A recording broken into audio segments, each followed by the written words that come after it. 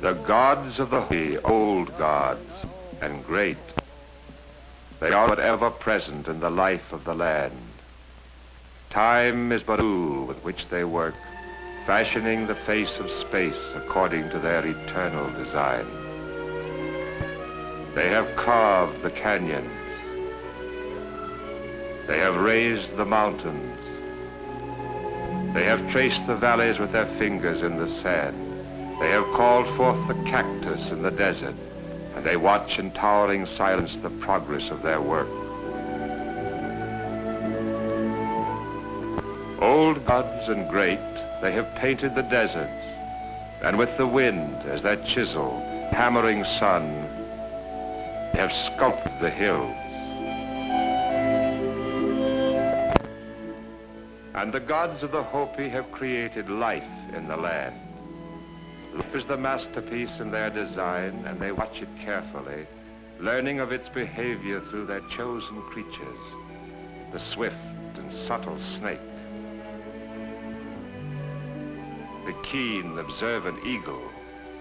These are the messengers of the gods. In the painted desert among the sculptured hills, the gods have placed the Hopi people, placed their villages here centuries before the white man came.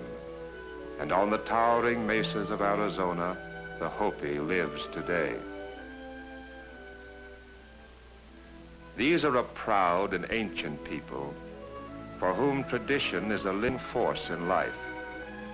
They have purchased implements from the white man's world, but they have not paid with the price of their dignity and self-respect. Their kachinas, or replicas of their gods, stand as a constant reminder, as a book of conscience in their households.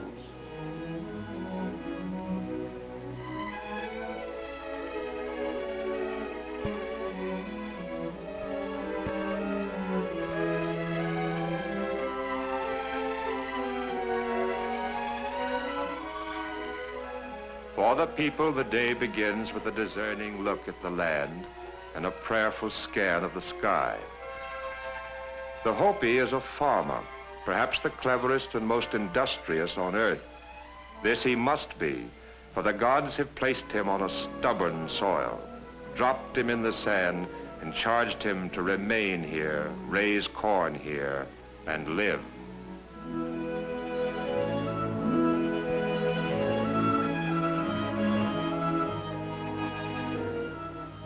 For hundreds of years they have raised their corn in this earth, planting the seeds carefully at measured distances and planting them deep where the earth is cooler and richer.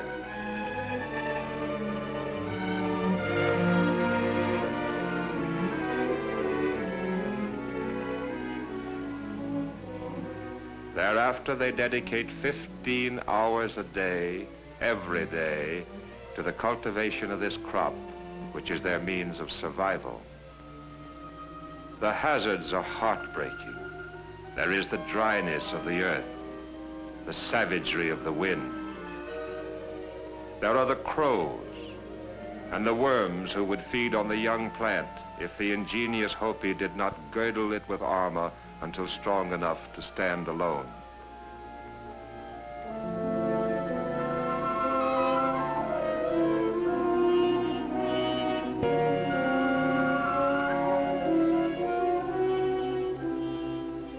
The Hopi can contend with the hazards of the earth, but his corn needs moisture, and here he must depend on the gods. Thus he looks for a sign in the heavens, a sign that they will soften and cause the miracle of rain to fall upon the people, even as a mantle of mercy.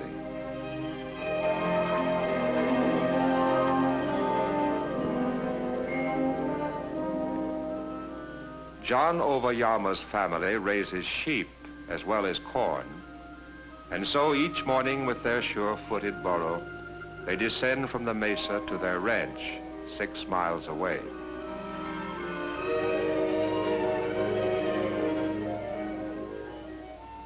The ranch is but a slice of desert, dry, barren, and wearing a sparse stubble of sagebrush, greasewood, and cactus.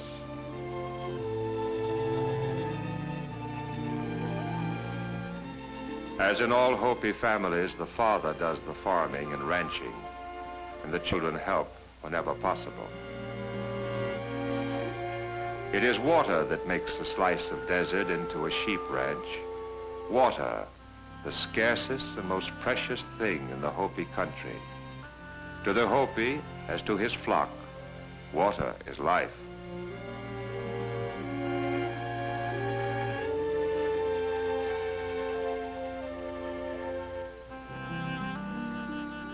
There is peace of mind and contentment for the Hopi only when the roots of his corn have drunk of the gift of the gods.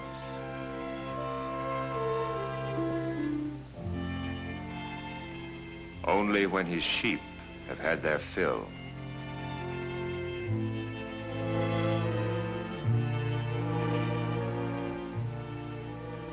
But each summer there is little peace of mind for John Ovayama and his tribe.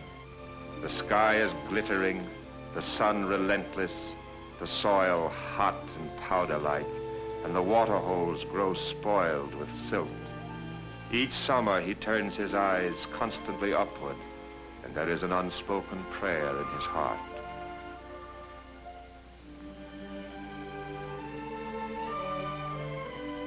Even as the sun follows a fixed course across the heavens, so is the way of life of these people traditionally fixed and spiritually motivated. They live as their gods would have them live, and it has always been so. The women make pottery.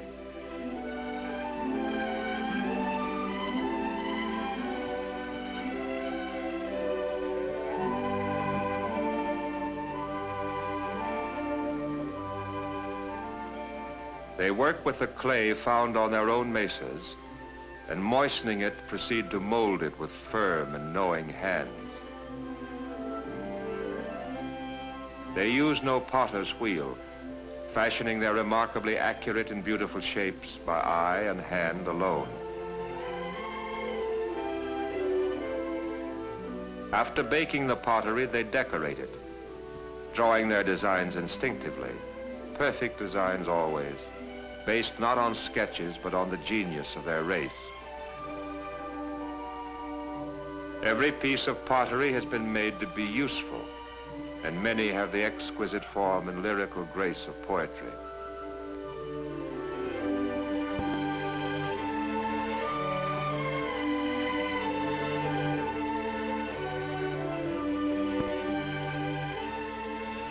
Yes, life goes on in the Hopi villages today as it has for 7 centuries. The pattern is unchanging, and in some respects it is grim beyond belief. The women each day climb down from the mesa to the spring in the valley, for there is no source of water where they live. They go down to draw water for their families, down the sheer face of the rock 600 feet below, only to climb the mesa again with their heavy loads.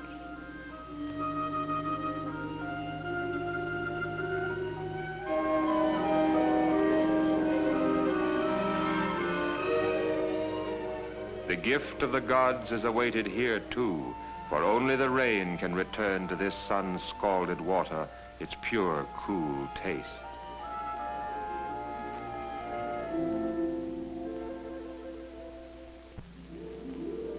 On the opposite, or west side of the cliff, the women come to draw water from another spring for their laundering.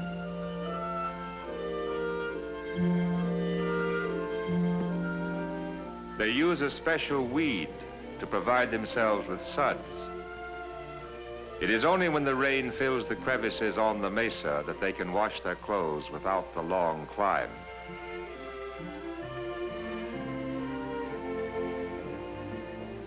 The government day school also lies 600 feet below, and each day the children climb down to school and climb home when school is out.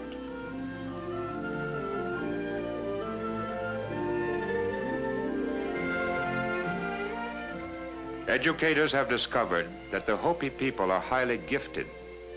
Recent intelligence testings have revealed that Hopi children have a higher intelligence rating than the average American child elsewhere in the country. And despite the difficulty of getting to and from school, truancy here is virtually unheard of.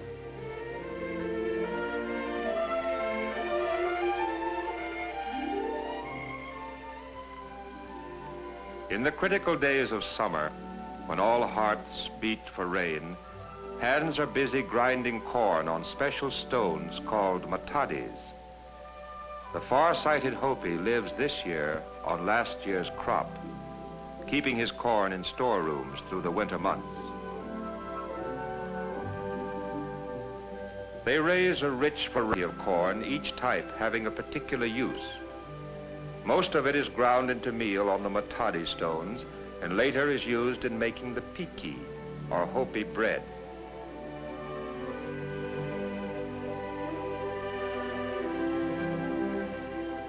There is an air of solemnity about these women as they make the piki.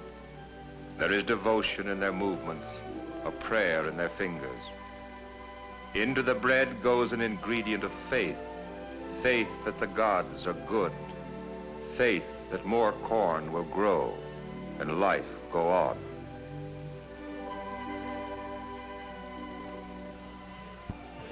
In the critical days of summer, the religious life of the people is heightened, and the tribe dances to express itself to the gods. The eagle dance occurs as a fixed event in the Hopi calendar, danced precisely as before Columbus came, an invocation to the great bird who is a messenger to the gods, an exercise of faith, a plea for help from the heavens.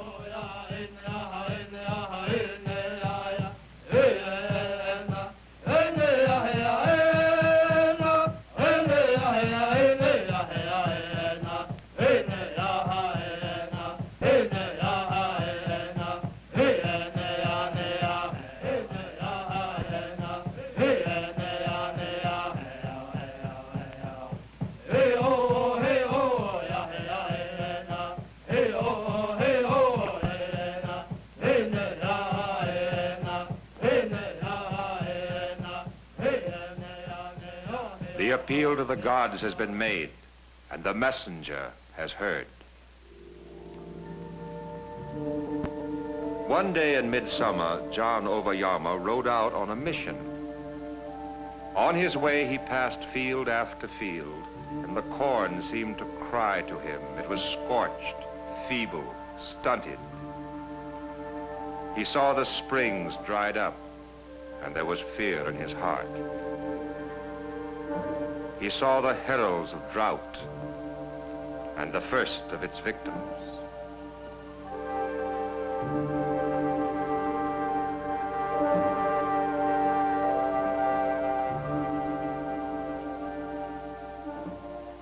John rode on toward Keams Canyon, the headquarters of the Hopi Indian Agency.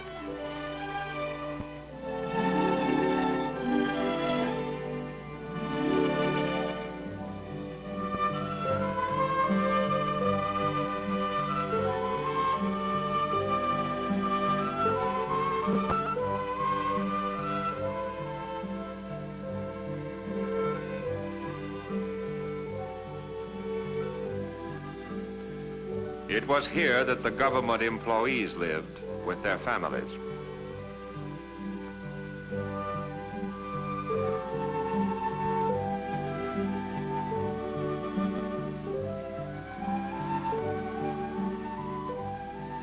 It was from here that the reservation of 12 Hopi villages was administered, where there was a higher school and a hospital for the welfare of the tribe.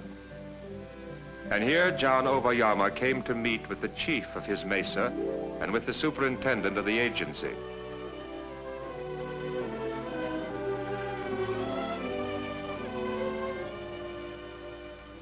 John was a member of the committee which was drafting a plan for a water development program, a plan that might one day become a reality for the Hopi reservation.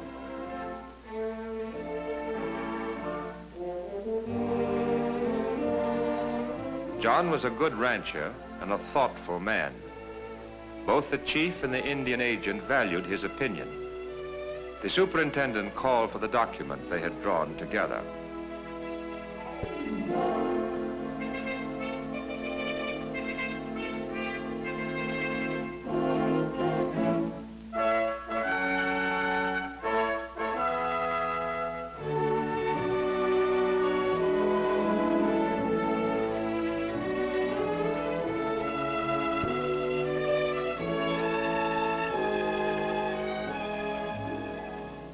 They began their meeting by reviewing the work that had been accomplished thus far, each of them conscious above all else of the desperate need of the tribe for a controlled source of water. It was a moment for concentration, close cooperation, the blending of minds together for the great good of the people.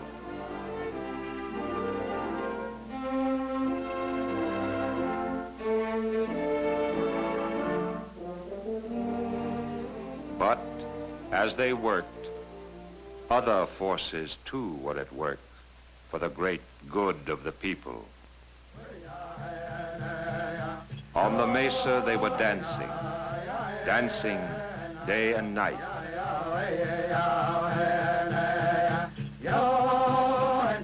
Every sound had its meaning, every act its secret gleaning, and together they rose sky above. Like the throbbing of the drum, their hearts throbbed as one, praying for the skies to soften, for the miracle to come.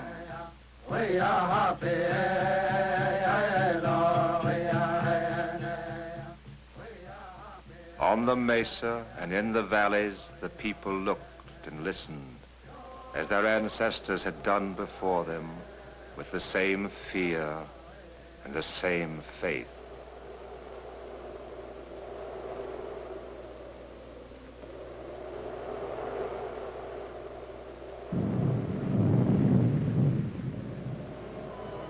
The gods of the Hopi speak with thunder, and all things on earth tremble at the sound.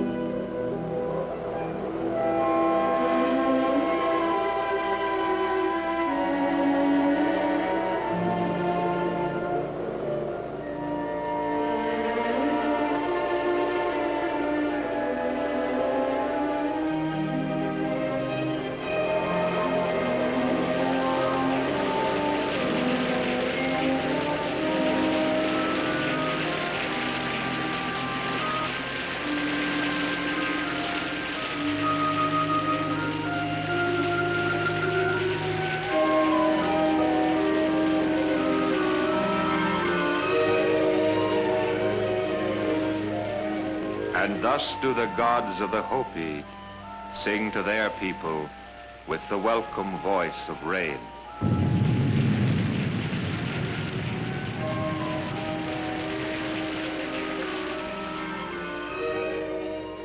In the morning there is a mirror at the foot of the mesa, and it reflects the glory of the gods. In the morning there is life and the promise of life. There is an answer to the labors of yesterday, a reason for faith in tomorrow. The gods of the Hopi are old gods and great. They cause even the cactus to bloom in the desert.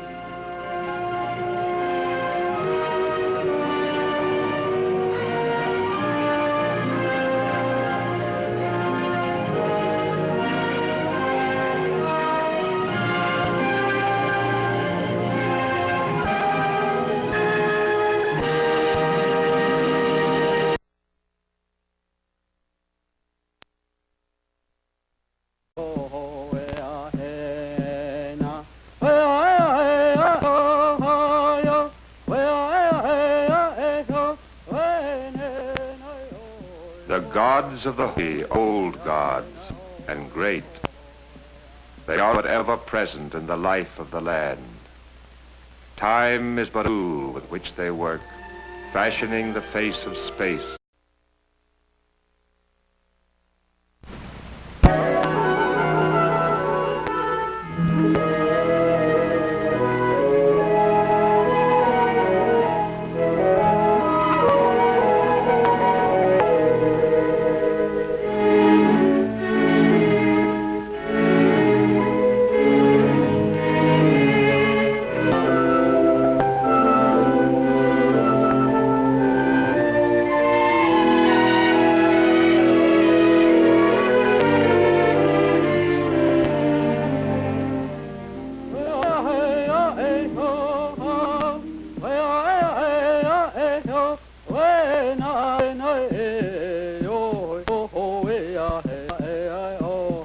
According to their eternal design.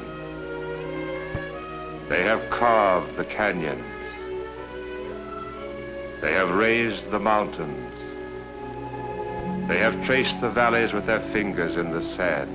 They have called forth the cactus in the desert, and they watch in towering silence the progress of their work. Old gods and great, they have painted the deserts, and with the wind as their chisel, hammering sun, they have sculpted the hills. And the gods of the Hopi have created life in the land. Life is the masterpiece in their design, and they watch it carefully, learning of